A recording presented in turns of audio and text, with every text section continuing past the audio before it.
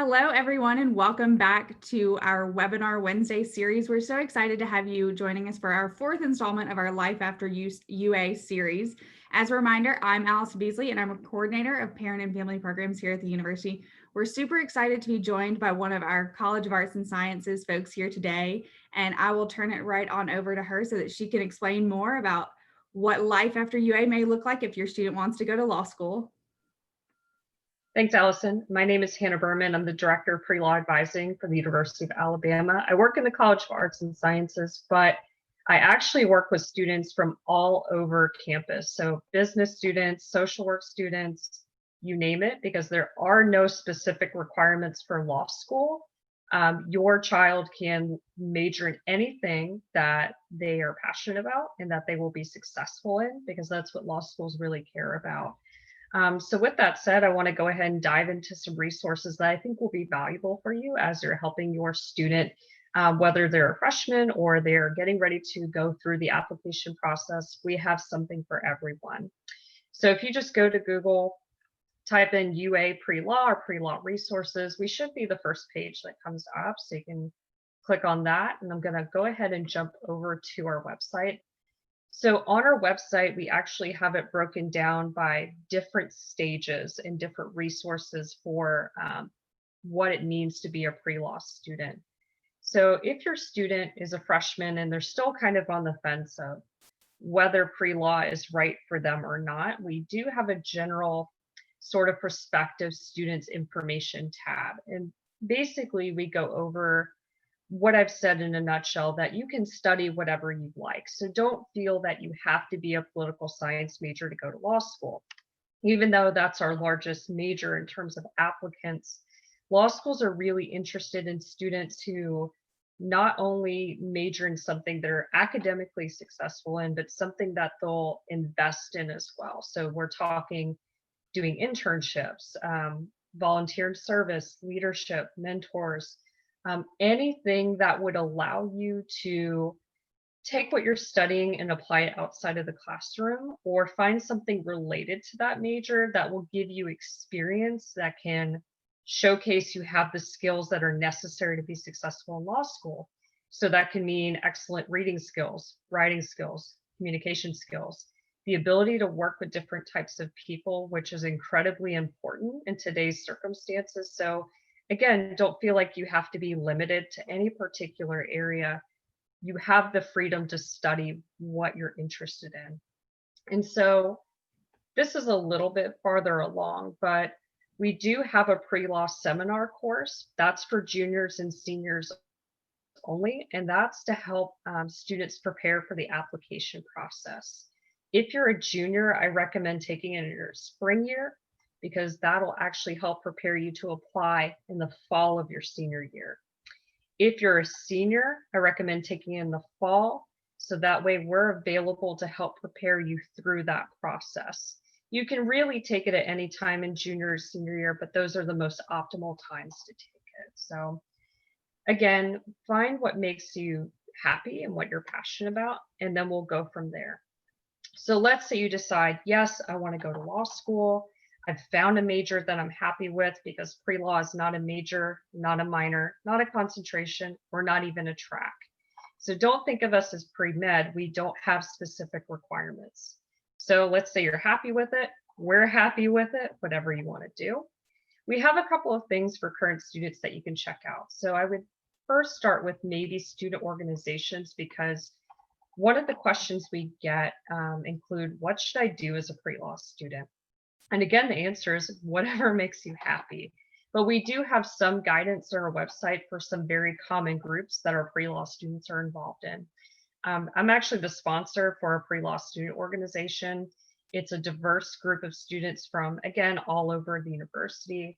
But what we try to do is incorporate events and services that are relevant to every stage. So we have attorneys who are guest speakers. We invite law schools to talk about their application process or programs that might be interesting to them. In the past, we've had a resume workshop from the Career Center. We've also had a faculty panel to talk about their either their experiences in law school or talking about their academic department and how they can help prepare you for law school. So that's our biggest group, but we also have mock trial team, which is sponsored by the political science department. If you like performance, if you like argumentation, and you like the idea of maybe being a mock attorney, check out mock trial team. It's a very active group, but you do have to try out for it. Model UN is similar, but with the idea of your simulating a country in a problem that you're having to solve for Model UN for United Nations. So that's also great if you have an interest in international relations. There's also Future Black Law Student Association, which has been around for a while, and it's similar to the Pre-Law Student Association, but with the lens of helping students who identify as minority groups to help them be successful and have the resources to be strong candidates for law school. And then there's Legal Research Club. Legal Research Club is a little bit newer. Their focus is, as it sounds, on legal research. So I think we're the only institution in the state with an undergraduate journal that focuses on legal research. So if your student has an interest in reading and writing and they're really passionate about a particular topic, definitely recommend talking with the sponsor of the Legal Research Club, which is currently housed in the Department of History. And if you have a paper that you think is viable and worth submitting, they will be able to publish it in the journal. Or if you want to be more on that editing side, they do have student editors that help peer review submissions. So all of these are great starting places, but by no means do you have to do these organizations. You like guitar, do guitar club. You like gardening, do gardening. But these are just some common groups our pre-law students are in. And Hannah, I have a quick question. When is too early for a student to join that pre-law student organization? Never too early. So we have freshmen who are in there, sophomores, juniors, and seniors. I would join it sooner rather than later. So again, you can start getting that exposure to law schools and what they have to say and what they think about law school applicants. And again, there's always an opportunity for leadership because most of our leadership board, they're upperclassmen, so they tend to graduate.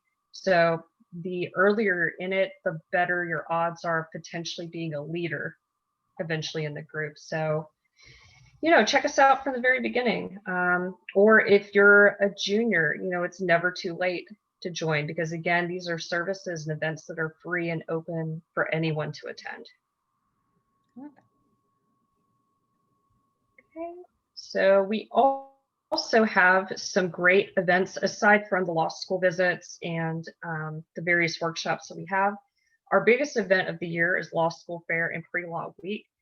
Almost every year we've had 90 plus law schools attend our fair. And usually it's in the Ferguson Center, but because of having to socially distance, our fair will be virtual in the spring, so spring 2021. But I expect to see the same amount of participation. UA Law always comes. They are one of our best partners.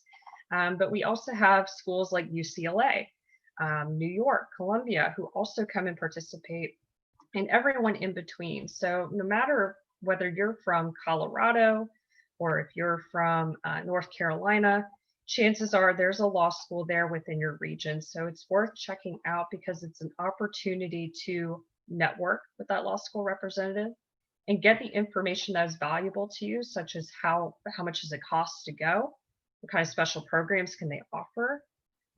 That's a great opportunity that again is free and open for anyone to attend to get more information. Freshmen can attend the law school fair and may be a little bit different for you at that stage because you're not quite at the application process yet. But if you're a junior or senior, it's really important to go because they can put a face to a name. And it does make a difference when you make that connection. So as a parent, you should be encouraging your students to participate in events like this. But there's more. So we don't just do law school fair. We also have a whole week of events. So some new events that we had included the STEM to Law panel. So to go back to my point of it doesn't matter what you major in. If you're a bio major, you're engineering, mathematics, engineering, and anything in between within the sciences. We had a law school dean panel who came and talked about how can you be successful as a STEM major in law school. If you're interested in public health law, intellectual property law, this was something that we created to help make our week more holistic and not just sort of focus on our traditional majors. We always have financing law school because law school is not cheap by any means, and that's not going to change. So as you're considering how you're going to support your student, be checking out these resources that we have on our website and ask us questions about how you can find the information to make a good judgment about how much is it going to cost to go, because you may be incurring debt from your undergrad, and we want you to be mindful and give you all the information to be considering, again, how much more debt, if any debt, do you maybe want to incur for law school. But there are ways to pay for law school. There are scholarships available. And part of our services are to help coach your student in how to make themselves as competitive as possible for scholarships. So that's something we do as well. We know that our families love the word scholarship, so we love any opportunity to help them fund that future law school. Absolutely. And so in very quick terms, there's merit-based, which is similar to if your student had a certain ACT score and GPA, they may have been awarded a merit-based scholarship. The same idea applies to law school, except it's with the law school admissions test or the LSAT. And so what we do is, again, talk about how do you prepare for it? What kind of resources can you use? How much is it going to cost? When should I take it to be the best, be put in the best running in terms of scholarships? So these are all conversations we have from the very beginning and through senior year. We also talk about how to negotiate scholarships once you're offered money. And that's an entirely different process. But again, we try to be touch points throughout the whole process because it is such a lengthy, time-consuming, stressful process. And we want to make it as least stressful as possible. And so what you can do as a parent is, again, direct them to our website and direct them to us. We're more than happy to, if we don't know the answer, if it's very specific to a law school, then we will find you a contact person to connect with to help find that answer. So definitely checking out our events whenever we have them posted on our website, and also Law School Fair. And again, like I was mentioning earlier, we do have resources for how to prepare for the LSAT. If you're a freshman and sophomore, just focus on doing well in your classes. You don't need the stress of the LSAT yet. But junior and senior year, it gets real, and we'll have those conversations ahead of time. So that way, again, hopefully once you start prepping for it, you can prep wisely and not work quite as hard. So we do have some resources available. Again, how to pay for law school. We do have a pre-law advising attribute. Like I said earlier, you can't really declare it as a major minor concentration, but you can have a note on your degree work to let us know, I'm interested in law school. So you can request to have that. This is maybe less applicable, but we have had pass-fail options last semester. So in spring of 2020, we have advice for that on there, how that would affect your application. You can check that out anytime. We also have some recordings as well for other events we've had, and those are available to watch at any time. We're hoping to add more resources in the future because we are distancing still, so we want to make our resources as available as possible. And then for alumni, let's say your student decides to take a gap year or several gap years. That's not unheard of. About 60% of law school applicants are actually older, so usually around 27, and they've had several gap years. So it's not a bad thing to decide, maybe I don't want to take on that debt right now. Maybe I want to prepare for the LSAT a little bit later. We do have a special section for alumni for both those who are either currently in law school and may want to mentor students at UA, which is really helpful for our students because then they get a perspective from someone who's going through it. But we also have information about encouraging our students to reach out to us. So again, even if you decide to take a gap year or two, we're here to help you. You're not cut off from our services just because you graduate. We want to help as many people as we can. And we have information about our top matriculated law schools from last year. And you may or may not be surprised, but most of these schools are in the South, or they're top ranked schools because their students are impressive and either they want to stay, in the South, or maybe they want to shoot for the stars because again, they're great at what they do. So we like to share that information as well. And then for parents, last but not least, how can you support your student? And again, we do have a nice little breakdown about exactly what you should be doing to help make your students' life a little bit easier, and hopefully our lives a little bit easier too, to be honest. But this is a nice little guide that we have about every stage of the process. Again, no matter whether they're a freshman, sophomore, junior, senior, we have it all broken down.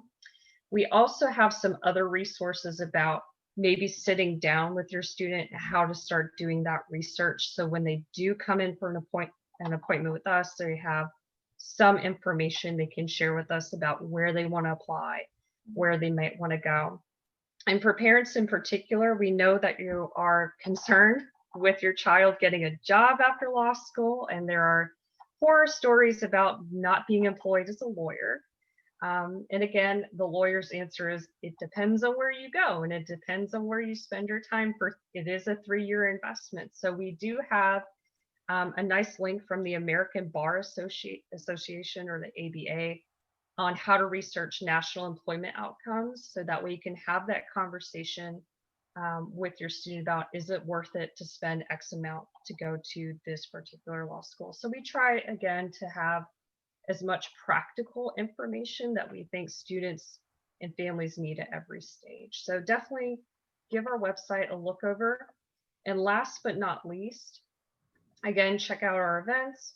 You can check out our outcome data for our students for the past year, where they're going, how they're performing.